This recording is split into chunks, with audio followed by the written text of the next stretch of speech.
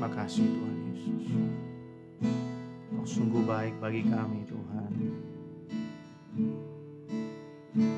Sungguh besar setiamu, nyata di sepanjang hidupku. Darahmu telah layakkan kehidupanku.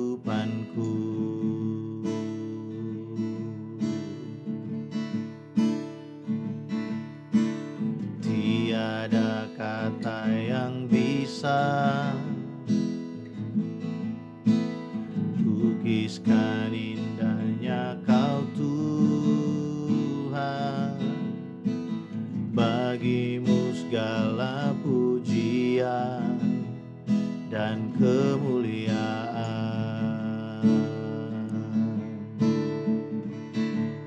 Ku tinggikan Engkau Tuhan, melebihi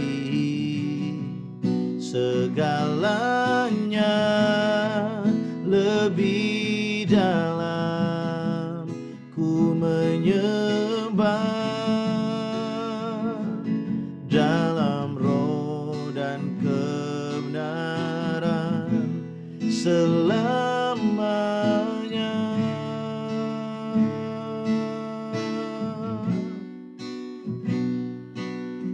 Dalam roh dan kebenaran. Terima kasih Tuhan Yesus. Sungguh besar setiamu, nyata di sepanjang hidupku. Darahmu telah layakkan kehidupanku.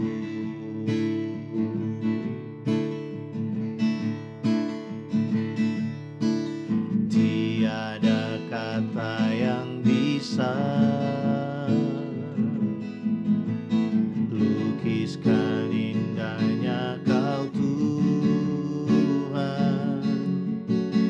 Bagimu segala pujian dan kemuliaan.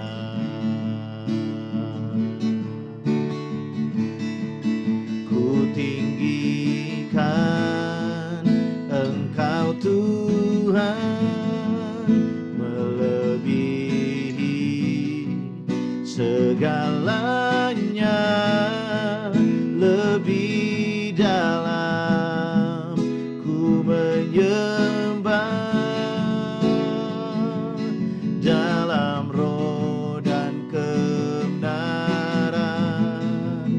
Ku tinggikan Engkau Tuhan, melebihi segalanya, lebih dalam ku menyembah dalam roh dan kebenaran. Ku tinggikan Engkau Tuhan, melebihi segalanya, lebih dalam ku menyembah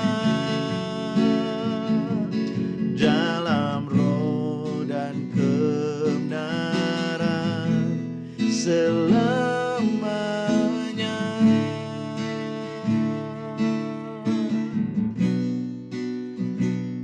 Kami tinggikan nama-Mu, oh, lebih dari segalanya.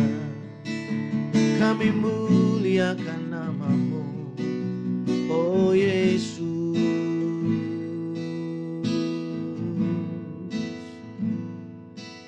Sungguh besar kesetiaan-Mu bagi kami Tuhan. Sehingga kalau kami boleh bangun pagi hari ini dengan tubuh yang sehat, kami boleh menghirup nafas yang baru di pagi ini. Ini bukti dari kesetiaan-Mu yang besar bagi setiap kami. Sungguh kami bersyukur Tuhan. Kami bersyukur Tuhan. Terima kasih. Engkaulah Allah kami, Engkaulah Raja kami. Kami bersyukur untuk hidup yang Kau berikan. Terima kasih untuk hari yang baru ini ya Tuhan. Terima kasih. Pagi hari ini kami mau datang di hadapan-Mu, merenungkan firman Tuhan pagi hari ini. Biarlah Engkau datang buat setiap kami ya Roh Kudus. Berkarya dalam hidup kami. Sampaikanlah isi hati-Mu bagi setiap kami Tuhan. Kuatkan kami yang lemah. Pulihkan setiap kami yang terluka. Bebaskan setiap kami yang terikat. Kami tahu firman-Mu hidup dan berkuasa. Firman-Mu tidak berubah. Dalam nama Tuhan Yesus kami buka hati kami bagi firman-Mu. Haleluya. Amin. Haleluya. Shalom Bapak Ibu Saudara. Ya. Selamat pagi. Kita bersyukur kita kembali berjumpa dalam breakfast pagi hari ini. Saya senang sekali karena kita ada di hari Selasa di minggu yang baru ini. Ya, Bapak Ibu Saudara, kemarin kita belajar, kita sama-sama sudah melihat dari Yakobus pasal yang pertama, ayat yang kedua sampai dengan ayat yang keempat. Kita belajar kemarin sampai dengan ayat yang ketiga. Ayat yang kedua sampai dengan ayat yang ketiga berbicara tentang berbahagia kita ketika kita ada dalam pencobaan. Saudara, Tuhan tidak mau kita menjadi anak-anak gampangan. Ya, Tuhan tidak mau kita menjadi orang Kristen gampangan kalau dalam konteks kita hari ini mungkin lebih mudah untuk kita pahami. Tuhan tidak mau kita menjadi orang Kristen yang gampangan. Apa maksudnya gampangan?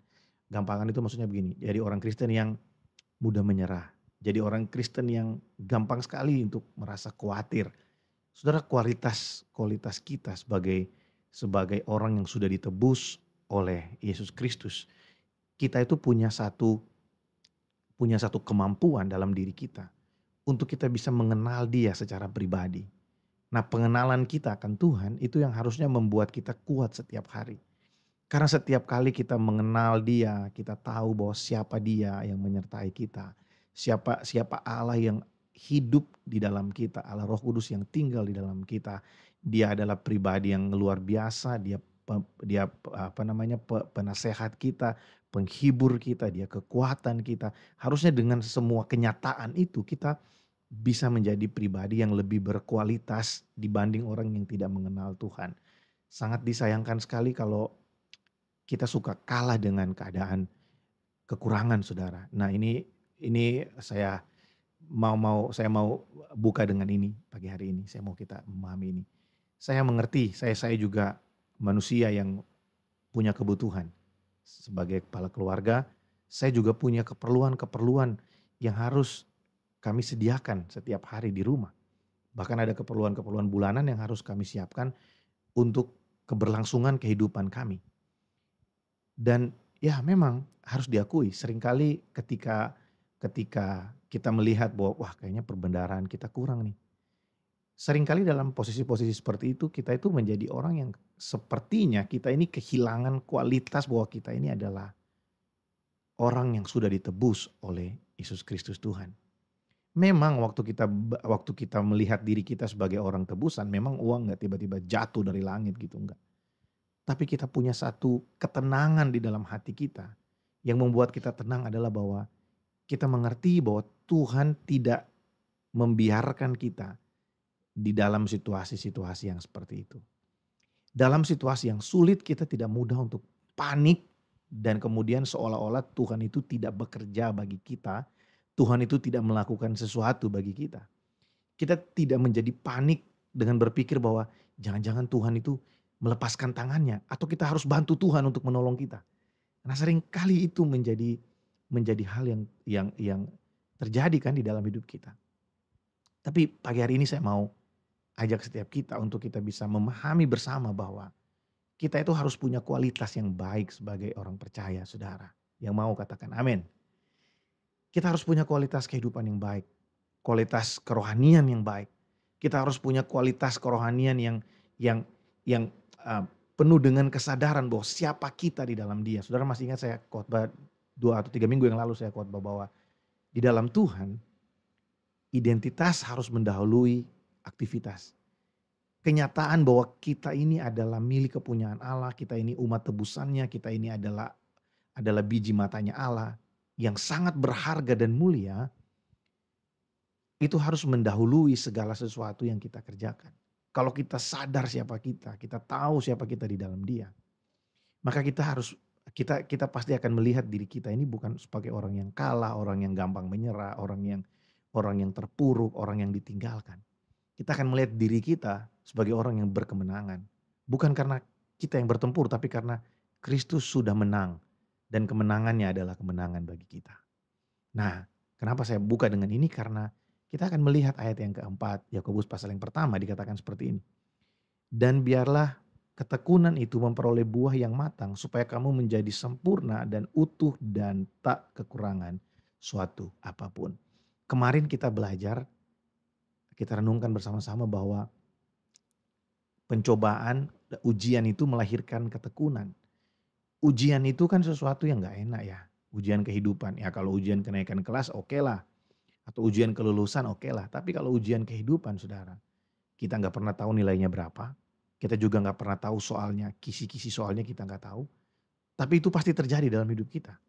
Itu sesuatu yang gak enak kan buat kita. Tapi ujian yang gak enak itu mendorong kita untuk kita semakin bertekun di dalam Tuhan.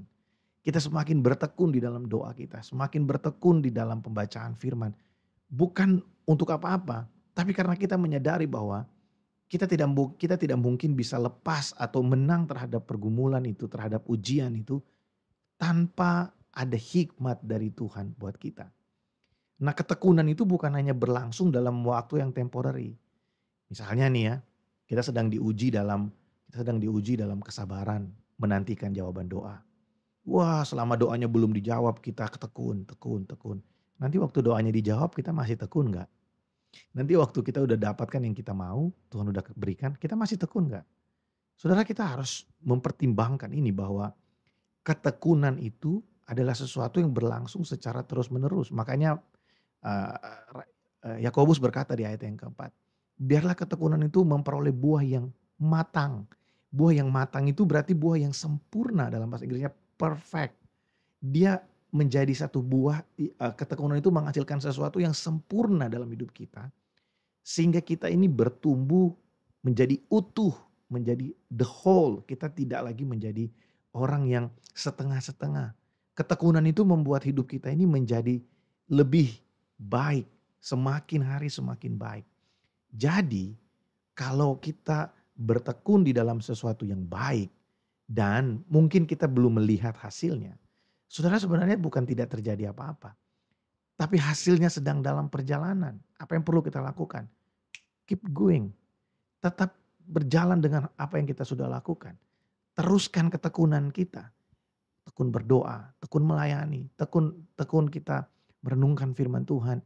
Karena itu pasti akan mendatangkan sesuatu yang baik bagi kita.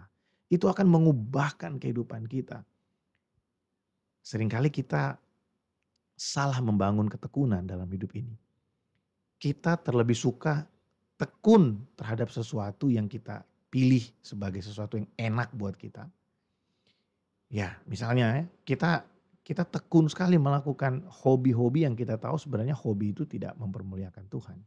Atau hobi itu sebenarnya bisa mendorong kita, menarik kita untuk kita bisa kehilangan banyak kesempatan untuk mengenal Tuhan. Misalnya ya, hobi kita adalah lari dari persoalan. Nah saudara, hobi seperti ini tuh tidak menolong sama sekali. Atau hobi kita adalah suka mengembangkan asumsi-asumsi yang buruk dalam pikiran.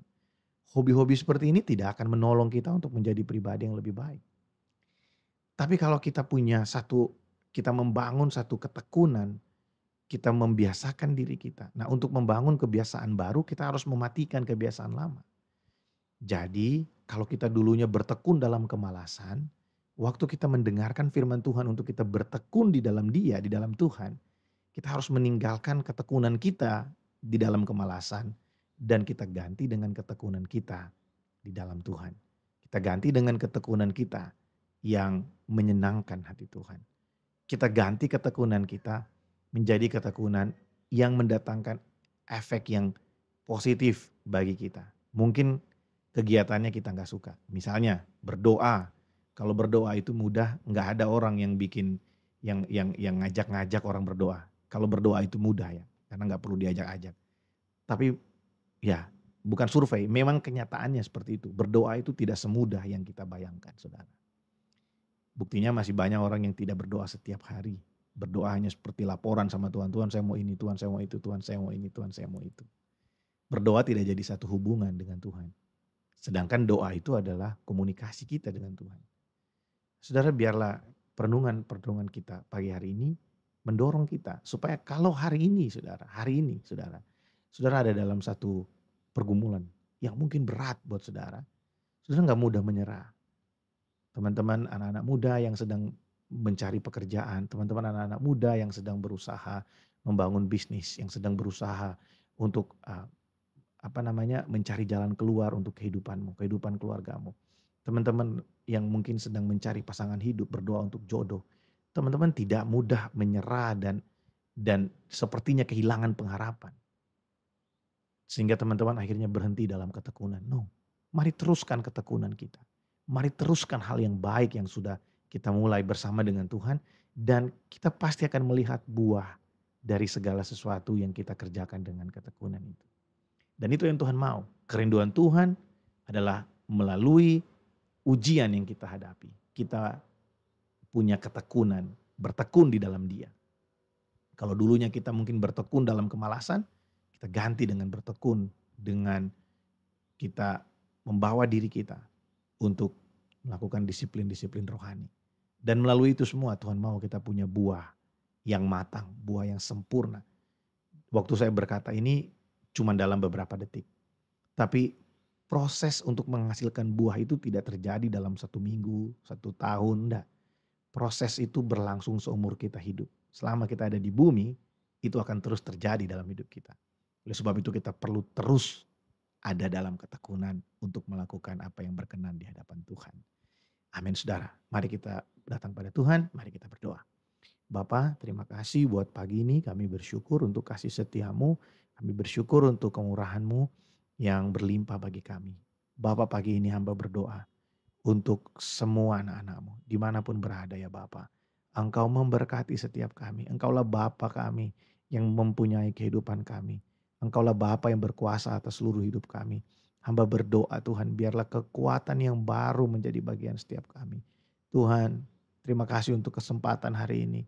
Kami boleh sekali lagi menikmati persekutuan dengan Engkau. Kami boleh sekali lagi berjalan bersama dengan Engkau. Dan kami boleh menerima kesempatan hari ini untuk hati kami diubahkan. Cara pandang kami diubahkan. Dan kami tahu Tuhan perubahan-perubahan yang berasal dari dalam itu. Perubahan di dalam diri kami akan termanifestasi keluar Tuhan. Sehingga kami menjadi pribadi yang lebih kuat, dewasa. Dan kami menjadi orang-orang yang berkemenangan di dalam Engkau. Berkati umat-Mu hari ini ya Tuhan. Hamba berdoa, lepaskan berkat bagi setiap kami. Di dalam nama Tuhan Yesus Kristus. Amin. Puji nama Tuhan. Selamat pagi Bapak Ibu Saudara. Selamat beraktivitas. Shalom.